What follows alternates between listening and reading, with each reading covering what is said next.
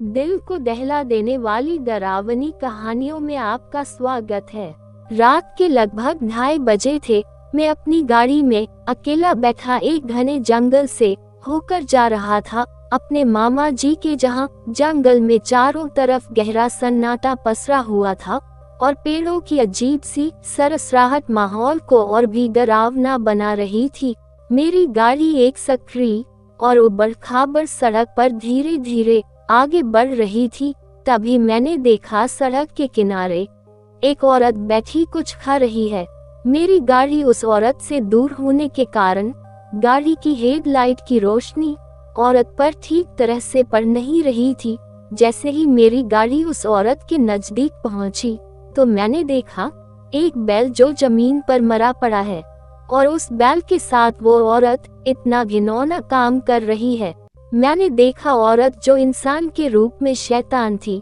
देखने में वो काफी डरावनी लग रही थी, लेकिन उसके रूप से ज्यादा उसकी ये शैतानी हरकत काफी भयानक थी। मैंने देखा बैल के पेट में अपना सिर डाल के वो औरत बैल के अंदर से मांस को खा रही है। ऐसा नजारा देखकर मैं थर थर कांपने लगा। मैंने अपने आप से सवाल किया, ये क्या बवाल है? ये तो कोई शैतानी बला मालूम होती है। दोस्तों, ऐसा नजारा मैंने अपनी जिंदगी में कभी नहीं देखा था। मैं अपने आप से सवाल पे सवाल किए जा रहा था। ये मैंने क्या देख लिया? ये हकीकत है या सपना? अगर ये कोई सपना है तो मैं आज जहाँ बहुत बुरा फंस गया हूँ। वो औरत बैल के मांस को ऐसे खा रही थी जैसे उसे सालों बाद मांस मिला हो। जैसे ही मैंने ये खौफनाक नजारा देखा, मानो मैं जिंदा ही नहीं हूँ, जैसे मेरे जिस्म से प्राण ही निकल गए हो। मैं जिंदा लाश बन गया हूँ। ऐसा नजारा मैंने जिंदगी में देखने की कल्पना भी नहीं करी थी। अब मैं ऐसे जाल में फंस चुका था जहाँ मेरी मौत मुझे नजर आ रही थी। मैं गहरे डर के साए में डूब गया था। सोच में पड़ा, सोच रहा, अगर इस औरत ने मुझे देख लिया तो ये औरत मुझे भी इसी की तरह तड़पा तड़पा के खा जाएगी और हड्डियां भी नहीं छोड़ेगी। इससे पहले ये मुझे देख ले और मुझे पकड़ ले, जहां से निकलना होगा। मैं अपने शरीर का कोई भी हिस्सा हिला नहीं पा रहा था। डर के मारे में हनुमान जी को याद करने लगा, लेकिन मन में डर भरा हुआ था और मैं मन ही मन हनुमान चालीसा पढ़ने लगा। तभी मेरे शरीर में ऊर्जा आई और मैं डरते डरते गाड़ी चालू करने लगा। मैंने 2-3 बार गाड़ी चालू करने की कोशिश की, लेकिन गाड़ी चालू नहीं हो पा रही थी। चौथी बार जब मैंने हनुमान जी का नाम लिया और गाड़ी चालू की तो गाड़ी चालू हो गई। जब जाकर मेरी जान में जान आई। गाड़ी चालू होते ही गाड़ी की आवाज से औरत ने अपना मुंह बैल के पेट से बाहर निकाला तो मैंने देखा कि उस औरत के मुंह पर खून लगा हुआ है और कहीं कहीं से चेहरे का मांस जगह जगह से फटा हुआ है और हड्डी नजर आ रही थी।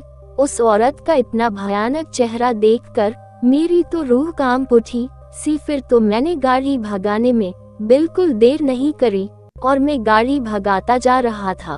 गाड़ी चलाते जब मैंने पीछे देखा तो वो औरत मेरी गाड़ी के पीछे भाग रही थी। देखकर मैं और भी डर गया। मैं गाड़ी चलाते कांप रहा था और मन ही मन भगवान को याद कर रहा था। हे भगवान, ये कोई बुरा सपना तो नहीं है? शायद थोड़ी देर में मेरी नींद टूट जाए और मैं इस डरावने सपने से बाहर निकल जाऊं। ये चेक करने के लिए मैंने अपने हाथ पर चुटी काटी तो मैंने जाना कि ये कोई बुरा सपना नहीं बल्कि हकीकत है और मुझे अब अपनी जान बचाने के लिए गाड़ी को लगातार भगाना होगा। मैं अपनी पूरी ताकत के साथ गाड़ी सुनसान जंगल के रास्ते भगाता जा रहा था। फिर मैंने पीछे मुड़कर देखा तो वो औरत मुझे दिखाई नहीं दी। मैं बहुत खुश हुआ और मैंने राहत की सांस ली। चलो, मुसीबत टली और मैं भगवान का शुक्रिया अदा करने लगा। मैं गाड़ी चलाते सोच रहा था कि आखिर वो औरत कहाँ गई। इतना मैं सोच ही रहा था कि अचानक से वो औरत मेरी गाड़ी के ऊपर आ जाती है और झांकने लगती है। ये देखकर मैं बुरी तरह से डर जाता हूँ। वो औरत मेरी गाड़ी के शीशे के आगे अपना मुंह चिपकाकर मुझे घूरने लगी। मैं भी उसके चेहरे के तरफ देखने लगा। उस औरत का चेहरा मेरे चेहरे के बहुत पास था, इतनी पास से मैंने कभी इतना डरावना चेहरा नहीं देखा था। जब वो औरत हंसती तो उस औरत के मुंह से बैल के मांस के चिथड़े गिर जाते। गाड़ी का बैलेंस बिगड़ता जा रहा था। मैं गाड़ी को ठीक से चला नहीं पा रहा था और गाड़ी इधर उधर तेरी मेरी रोड पर भागने लगती है। फिर मैं भगवान को याद करने लगता हूँ, हे भगवान मुझे इस डायन से बचा और मुझे सुरक्षित घर पहुँचा। फिर मेरी गाड़ी पेड़ से ठुक गई। पेड़ से गाड़ी ठुकने से वो औरत गाड़ी के ऊपर से झटका खाकर पेड़ से जा टकराई। गाड़ी की रफ्तार इतनी तेज थी कि वो डायन पेड़ से बहुत जोर से टकराए, जिससे उसके पेट में पेड़ की टहनी घुस गई और वो हैवान औरत बहुत तेज आवाज में चीखी। उसको बहुत दर्द हो रहा था, वो बुरी तरह से चीख रही थी। मेरे पैर में भी चोट लग गई थी, मेरे पैर से खून निकल रहा था, जिससे मुझे काफी दर्द हो रहा था। उस औरत की दर्दनाक चीखें पूरे जंगल में गूंज उठी थी। फिर वो कुछ बड़बड़ाने लगती है, मुझे उसकी भाषा समझ में नहीं आ रही थी। फिर वो हैवान औरत जोर जोर से हंसने लगती है, जैसे उसे कुछ फर्क ही न पड़ा हो, और हंसते हंसते उस औरत ने अपने हाथों से पेड़ की टहनी अपने पेट से निकाल ली और मुझसे कहने लगी, तूने क्या सोचा मैं मर गई? नहीं, मरना तो अब तुझे है। अब मैं तुझे तड़पा तड़पा के मारूंगी। तुझे वो दर्द होगा जितना आज तक किसी को नहीं हुआ। उस औरत की इतनी बात सुनकर मैं बहुत डर जाता हूँ। मेरे पैरों के नीचे से तो जैसे जमीन ही निकल गई हो। मेरे पैर से लगातार खून निकल रहा था। मैंने अपनी शर्ट से कपड़ा फाड़ा और पैर से बांध लिया। खून बहना बंद हो गया और मैं अपने आप को संभालता हुआ गाड़ी चालू करने लगा। गाड़ी चालू नहीं हो रही थी। इतने में वो औरत मुझसे कहती है, अब तू मुझसे बचकर कहीं नहीं जा सकता। तूने मुझे चोट पहुंचाकर बहुत गुस्सा दिलाया है। और वो औरत बड़ी बुरी तरह से चीखती है। उस औरत की चीखें ऐसी थी जैसे कई सारे जानवर चीख रहे हो। मैं थर थर कांप रहा था। कांपते कांपते मैं गाड़ी चालू करने की कोशिश कर रहा था और भगवान से प्रार्थना कर रहा था, हे भगवान, आज तू मुझे इस शैतान से बचा ले। आगे से कभी इस रास्ते से नहीं आऊंगा। उस औरत ने अपने पेट से पेड़ की टहनी निकाली और मेरे पास आने लगी। वो औरत जैसे जैसे गाड़ी के पास आ रही थी, मुझे मेरी मौत सामने नजर आ रही थी। मुझे बहुत डर लग रहा था। मैं सोच रहा था, जब ये औरत मुझे पकड़ लेगी तो मेरा क्या असर करेगी? ये तो मुझे जिंदा ही खा जाएगी। फिर देखते ही देखते औरत मेरे पास आ गई। मैंने एक बार फिर कोशिश की गाड़ी चालू करने की और गाड़ी चालू हो गई। फिर मैं गाड़ी फुल स्पीड पर भगाता ही गया। थोड़ी देर गाड़ी भगाने के बाद वो औरत आगे कुछ दूरी पर मुझे खड़ी दिखाई दी। मैं अपने आप से कह रहा था, अब तो ये औरत मुझे जहाँ से जिंदा घर नहीं जाने देगी। अब तो मैं मरा। लेकिन फिर मैंने सोचा, चलो मारना ही है तो थोड़ी बहादुरी से मरा जाए। फिर मैंने गाड़ी की स्पीड और बढ़ा दी। आज तो मैं इस डायन को मार ही दूंगा। मैं गाड़ी तूफान सी तेज भगाता जा रहा था और मैंने गाड़ी उस औरत के ऊपर चढ़ा दी। गाड़ी औरत के ऊपर चढ़ाने के बाद गाड़ी बहुत तेजी के साथ आगे भागी जा रही थी। गाड़ी औरत को कुचल कर करीब 1 किलोमीटर आगे निकल गई। 1 किलोमीटर आगे जाकर मैंने ब्रेक मारी। गाड़ी रुक गई। मैं गहरी सांसें लेने लगा। मेरा दिल तेजी से धड़क रहा था। मैं बहुत डरा हुआ था। फिर मैंने डरते डरते पीछे मुड़कर देखा। अब दूर दूर तक वो औरत मुझे नजर नहीं आ रही थी। फिर मैं गाड़ी से बाहर निकलता हूँ और अपने गाड़ी के टायरों को देखने लगता हूँ। मैंने देखा टायरों पर खून का कोई निशान नहीं है। फिर मैं सोचता हूँ, ऐसा कैसे हो सकता है? मैंने उस औरत को अपनी कार से उड़ाया था, इससे तो उसके खून के निशान मेरे टायरों पर होने चाहिए। फिर मैंने सोचा अरे वो औरत तो इंसान ही नहीं थी, वो तो भूतनी या कोई पिशाच थी, और मैंने यहाँ गाड़ी रोककर बड़ी भूल कर दी है, और गाड़ी से बाहर तो मुझे बिल्कुल निकलना ही नहीं चाहिए था। अगर उस शैतान औरत ने मुझे जहाँ पकड़ लिया तो वो हैवान औरत तो मुझे मार ही डालेगी। मैं गाड़ी में जल्दी से बैठ गया, और गाड़ी जैसे ही मैंने स्टार्ट की तो मेरी पीछे वाली सीट से आवाज आई, खून की प्यासी हूँ, मुझे खून चाहिए, अब मुझसे तुझे कोई नहीं बचा सकता। ये कहकर उस शैतान ने मेरी गर्दन पकड़ ली और अपने नुकीले नाखूनों को मेरे गर्दन में घुस दिए। मेरी गर्दन से खून निकल रहा था।